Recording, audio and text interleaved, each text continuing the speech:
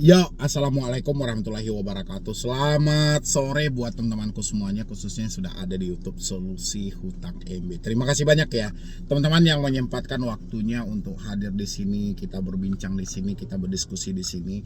Terima kasih banyak, selalu meluangkan waktunya ya. Oke, ini masih banyak laporan demi laporan. Ada yang telat bayar 9 aplikasi, ada yang telat bayar 8 aplikasi, ada yang telat bayar di 5, pokoknya lebih dari 3 aplikasi. Tapi permasalahannya itu nggak jauh-jauh beda ya, kalau nggak didatangi DC ke rumah sampai pelacakan lokasi melalui email handphone. Yuk, ini buat teman-teman semuanya yang selalu ketakutan tentang pelacakan lokasi melalui email handphone. Ini Anda bisa semain baik-baik, terserah Anda mau dapat chatnya itu baik di Adapundi ataupun dari Rupiah Cepat ataupun dari Uatas atau dari pinjam duit. Saya yakin semua chat yang Anda dapat itu mereka tidak pernah menyebutkan nama aplikasi mereka dari mana, mereka dari aplikasi mana, mereka tidak akan pernah menyebutkan gitu loh. Mereka hanya menyampaikan kami akan lakukan skip tracing, pelacakan lokasi, ya kan? Kami akan datangi rumahmu, kami akan tahu di mana tempat tongkronganmu. Bahkan ada yang melaporkan juga tadi, dia sudah ganti nomor, sudah hapus WhatsApp juga, sudah reset HP juga, tapi debt collectornya masih tahu, Bang. Apakah ini benar-benar mereka menyadap kita melalui email handphone? Oke.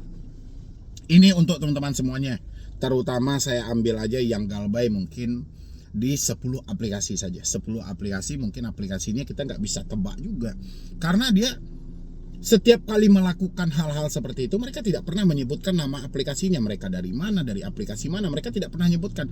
Mereka hanya menyebutkan itu kita akan lakukan skip tracing. Oke. Buat teman-teman yang sudah mengganti nomor, sudah mereset HP, sudah menghapus WA, habis itu debt collector tahu nomor terbaru Anda, dan Anda berpikir atau asumsi Anda berjalan, wah ini mereka sudah menyadap saya melalui email. Jadi makanya kalau satu-satu melaporkan ke Polres mungkin rugi cuma 2 juta, kan tetap disidik dengan prosedur yang sama. Kalau misalnya mau diperkarakan. Nah ini yang disampaikan oleh Pak Junaidi, kok saya yakin ini bahwa itu yang illegal itu, yang tidak berizin dari OJK. Makanya saya sampaikan ini di forum yang terbuka ini, kalau ada perilaku ya anggotanya Mas Sunu dan semuanya ini, perilaku pinjol yang berizin dari OJK, berperilaku dan bertindak dengan bikin seperti anak-anak jin tadi itu, kita akan tindak dengan keras. Saya yakin kita akan cabut izinnya itu. Oke. Ya kan, tidak hanya masalah sanksi-sanksi peringatan lagi, karena itu tidak sesuai dengan ketentuan perundang-undangan yang berlaku. Oke. Jadi misalnya untuk istilahnya, kalau istilahnya di yang legal itu kan hanya boleh kamera, mikrofon, dan location. Tidak ada kita namanya phone book semua dikasihkan. Kalau emang itu ada, berarti udah pasti ilegal. Dan kalau yang legal melakukan itu, kita akan tindak. Oke. Apakah memang masyarakat ini masih kesulitan untuk membedakan pinjol ilegal dan legal? Kita balik ke peraturan dari Otoritas Jasa Keuangan. OJK menerbitkan aturan juga bahwasannya pinjol cuma boleh mengakses camilan kamera, mikrofon, lokasi. Ya, jadi tidak ada yang namanya phone book, kata dari OJK ya. Nanti saya munculkan videonya nanti. Tidak ada yang namanya phone book, tidak ada yang namanya akses galeri, akses log yang lainnya. Yang jelas cuma camilan aja. Kamera, mikrofon, lokasi. Ya, lokasi ini untuk mensinkronkan. Ketika Anda pertama mengajukan, dia akan menyesuaikan dengan alamat KTP Anda. Itulah gunanya mereka minta lokasi. Jadi kita kirimkan lokasi kita hari ini, kita mengajukan, nanti disinkronkan dengan KTP Anda. Apakah sama atau tidak? Itu gunanya mereka meminta izin lokasi. Habis itu untuk kamera untuk kita berfoto selfie menggunakan KTP kita atau konfirmasi apakah ini benar menandakan manusia bukan robot. Itu tujuannya dia meminta akses kamera. Untuk akses mikrofon, kita akan membaca perjanjian secara digital. Cuman ini 3 ini aturan yang dibolehkan oleh OJK: kamera, mikrofon, dan lokasi. Tiba-tiba sekarang ada yang dihubungi di luar kontak darurat. Ya, berarti kalau sudah di luar kontak darurat, berarti mereka mengakses phone book. Kata OJK tadi, kan tidak ada yang namanya akses phonebook pinjol-pinjol legal kami itu tidak ada yang namanya itu menurut versi mereka. Oke. Habis itu kita masuk ke skip tracing melalui IMEI. Benarkah IMEI handphone ini dilacak-lacak oleh pihak aplikasi? Kalau kita bicara dulu di awal-awal pinjol masuk ke Indonesia, kemungkinan saja karena dia menggunakan aplikasi-aplikasi terlarang. Tapi kalau saat-saat sekarang itu sudah nggak ada lagi ya untuk pelacakan melalui IMEI handphone. Terus kenapa bang mereka masih tahu? Padahal saya sudah ganti nomor, saya sudah reset AP. Hanya ada satu kemungkinan ya. Kemungkinan itu yang pertama ya. Yang paling pertama, dua kemungkinan. Yang paling pertama, si debt collector menghubungi kontak darurat Anda. Ya, kontak darurat Anda. Dan kebetulan ketika Anda mengganti nomor atau Anda sudah mereset HP, semuanya Anda ganti dengan nomor baru, Anda membagikan kepada kontak darurat. Kebetulan si debt collector menghubungi kontak darurat Anda lah yang mengasih tahu nomor baru Anda. Ya, ini bisa jadi. Atau sebaliknya, ya kan? Dia menghubungi teman Anda. Bukan kontak darurat Anda, tapi teman Anda. Dan teman Anda yang memberitahu nomor baru Anda. Ini poin yang pertama. Yang kedua adalah, ini kita tidak bisa percaya juga dengan GSM atau penyedia layanan dari kartu handphone hari ini. Kita juga nggak bisa percaya yang mana kita mendaftar dengan nick, dengan nomor kakak. Ini patut untuk kita curigai. Kenapa? SMS liar untuk dia mempromosikan pinjaman online atau pay later itu banyak banget dilakukan oleh penyedia layanan dari GSM itu sendiri. Ya, mereka menawarkan untuk Bank Neo lah, Yup lah, macam-macam lagi sebenarnya. Ada juga pinjol-pinjol legal umumnya dipromosikan oleh penyedia layanan dari kartu GSM yang kita gunakan. Bisa saja karena mereka mempunyai akses ke sana, data ini jebol. Ya, karena kita mengingat kita mendaftarnya itu pakai nomor kakak dan pakai nomor NIK.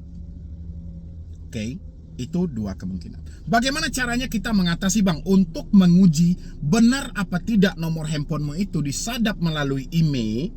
Ya, melalui IMEI handphonemu itu kita uji lagi. Cabut kartumu, setelah dicabut, reset HP-mu itu ke setelan pabrik. Kembalikan ke pengaturan awal. Setelah dikembalikan ke pengaturan awal, masuk dengan nomor baru. Nomor baru ini usahakan daftar memakai nick saudara atau nick orang lain di luar dari nomor nickmu sendiri. Ya, pakai dulu. Habis itu jangan bagikan nomormu ke siapapun. Baik itu ke saudara, ke teman, atau tetangga atau apa, pokoknya jangan bagikan nomormu ke siapapun selama 2 minggu atau 1 bulan sejak terhitung kamu gagal bayar atau telat bayar atau jatuh tempo. Ya, coba dibagikan dulu. Kalau misalnya selama 2 minggu ya kita tidak membagikan nomor kita ke siapapun, tiba-tiba ada panggilan telepon atau ada SMS atau ada WhatsApp yang menyampaikan kita berhutang, oke, kita patut curiga dan kita patut meyakini bahwa ada sistem yang berjalan di IMEI handphone kita. Tapi kalau hal itu tidak ada, berarti penyadapan melalui IMEI itu nol besar dan itu hanya hoax untuk menakut-nakuti Anda, sengaja diiring oleh debt collector supaya Anda benar-benar ketakutan. Ya, paham ya teman-teman semuanya? Untuk mengujinya ya seperti itu. Kita praktekkan dulu. Jangan kita hanya percaya dengan katanya dan katanya, tapi kita cari juga faktanya ini gimana gitu loh. Benar apa tidak? Ya, yang kita butuhkan kan faktanya. Makanya uji dengan tadi. Reset dulu handphone, ganti nomor tapi daftarnya pakai nick orang lain, bukan pakai nick kita gitu loh. Dan standby kan handphone kita selama 1 minggu, 2 minggu atau 1 bulan. Jangan pernah bagikan nomor baru kita ke siapapun. Ya, baru kita bisa buktikan dan memahami bahwa ini benar disadap melalui IMEI atau tidak. Ya, habis itu lagi buat teman-teman semuanya. Terkadang ini kita juga lupa ya, saya ingatkan juga. Banyak dari teman-teman itu yang membuat media sosial, medsos, menggunakan nama-nama asli Anda. Ya, menggunakan nama asli Anda. Habis itu, begitu dia mendapatkan nama media sosial Anda, kita juga selalu menyematkan nomor kontak. Terkadang kita lupa memprivat, kita lupa memprivasi. Ya, ini akan bisa juga berdampak mereka akan tahu lagi dengan nomor pribadi kita. Ya, Itu buat teman-teman semuanya. Jadi jangan ada lagi asumsi, bang, skip tracingnya sampai ke email handphone bang. Kemanapun kita pergi mereka akan tahu. Ya teman-teman semuanya, jadi jangan terlalu percaya dengan hal-hal yang seperti itu. Insya Allah semuanya akan baik-baik saja. Jadi kalau memang Anda masih kurang yakin bahwa handphone Anda itu akan disadap juga melalui email, ya coba buktikan seperti yang saya bilangin tadi. Cabut nomor Anda dulu, reset HP Anda ke setelan pabrik. Masuk dengan nomor baru tapi daftar dengan nick dan nomor kakak yang berbeda. Ya, standby-kan handphone Anda dalam keadaan aktif mulai dari sinyal internetnya sampai handphone itu masih bisa ditelepon. Tapi jangan pernah bagikan nomor Anda ke siapapun dulu. Tahan HP Anda selama 2 minggu. Ya, tahan HP Anda selama 2 minggu. Jangan pernah bikin-bikin media sosial dulu menggunakan nomor handphone Anda itu. Ya, udah. Kita buktikan benar apa tidak. Oke, jadi teman-teman jangan terlalu Bang, ini banyak hal yang ketakutan tadi itu. Terserah Anda mau galbay di mana, mau dipinjol ini, mau dipinjol ini, mau pinjol, terserah. Yang penting kita buktikan dulu, benar apa tidak. Kalau misalnya sudah tidak benar dan tidak terbukti, ya sudah. Teman-teman, jangan pernah berpikir lagi itu penyadapan melalui email handphone. Ya, mungkin dari saya cuma itu aja buat teman-teman semuanya. Terutama Anda yang masih takut dengan skip tracing, pelacakan lokasi lah, di mana tempat kita nongkrong lah, inilah dari pinjol ini, dari pinjol ini. Yang jelas, seperti di awal yang saya sampaikan tadi, sehebat apapun debt collector dalam mengancam, akhir-akhir ini mereka tidak berani lagi menyebutkan nama aplikasi. Yang berani menyebutkan nama aplikasi ketika menagih hanya pinjol ilegal. Ingat, yang berani menyebutkan nama aplikasi ketika menagih, mencaci maki atau mengancam hanya pinjol ilegal. Kalau pinjol legal dia mengancam, mencaci maki, tapi tidak mau menyebutkan nama aplikasinya. Jadi kalau misalnya Anda menemukan ancaman, tekanan, caci maki, bahasa binatang dan segala macam, tapi tidak ada nama aplikasinya, real dilakukan oleh pinjol ilegal. Oke, buat teman-teman semuanya, insya Allah pokoknya semuanya baik-baik saja. Silahkan Anda praktekkan. Oke, jadi sekian dulu dari saya, Medi Brownie. Wassalam.